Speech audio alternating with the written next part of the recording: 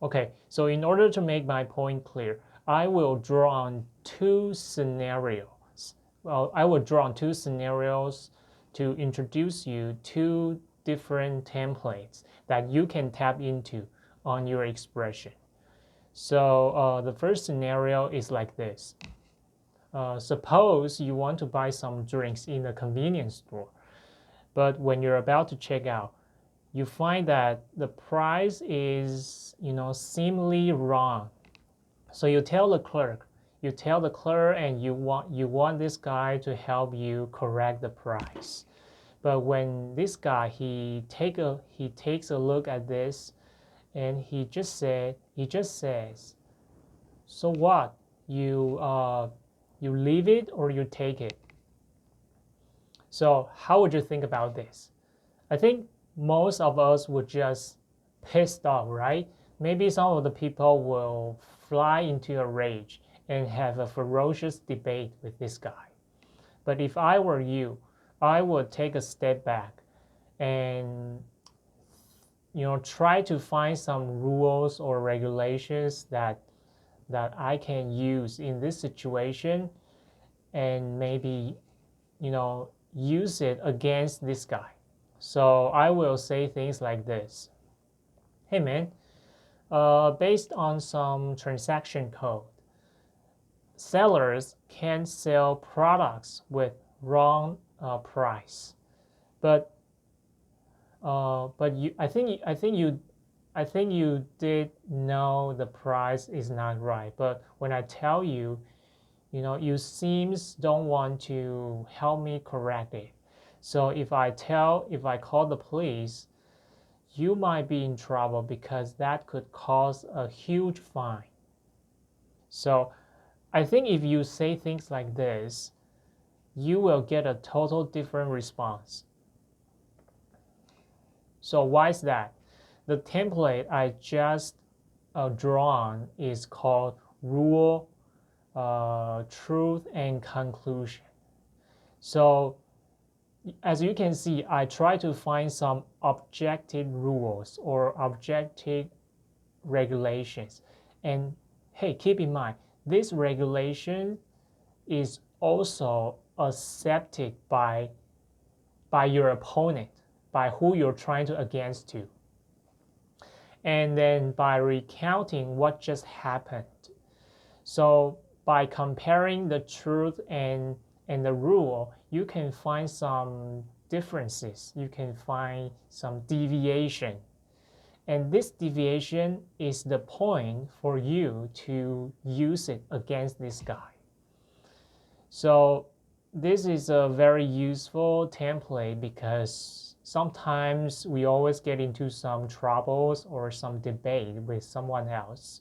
But I think the better way is we need to find some objective rules or regulations because that's objective. No one would deny it.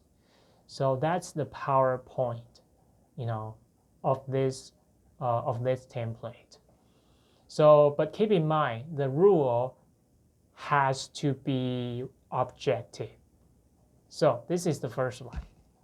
So the second scenario is like this.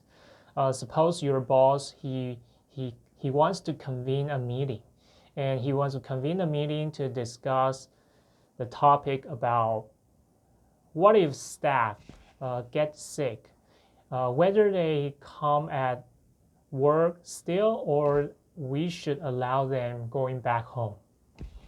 So in the meeting, some people say that uh, a staff with responsibility shouldn't coming back home because if they go back home, those tasks should be done on time, can't be done. So that could get a whole company get behind on the schedule, and that could tarnish or impair a whole company's reputation. But there's also some people say that no, we should allow them to going back home and get some rest because you know there's no productivity in a sick guy. So we need to allow them going back home and recover as soon as possible. Not to mention, if they keep staying in the office, that could, increase the risk of spread of virus. So in this time, your boss turns to you. He look at you. He wants to listen to your opinions because you're a guy working at a human resource department. So he wants to listen to you, see if you can give some useful practical method. So how would you say that? So if I'm in this meeting, I may say things like this. I think that is the case if we can't get things done on time, because there's a lot going on. We need to get everything on track perfectly.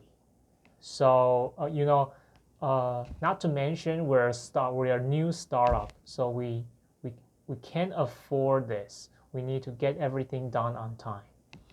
But I also believe that if we if we keep these people in the office, these guys, they don't have energy to tackle anything they face. So I don't think keeping them in the meeting is a good way.